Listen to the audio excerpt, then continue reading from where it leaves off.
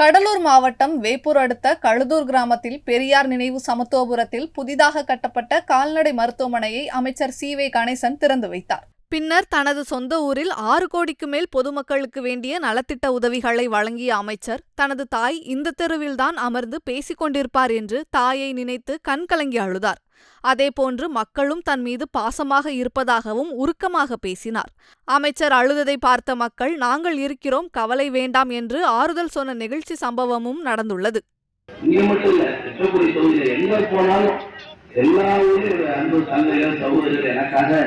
உழைத்துதான் இந்த இடத்துல 7வது முறையாக வெற்றி பெற வச்சிருக்காங்க. அந்த அளவுக்கு பாசமுள்ள மக்கள். எங்க அம்மா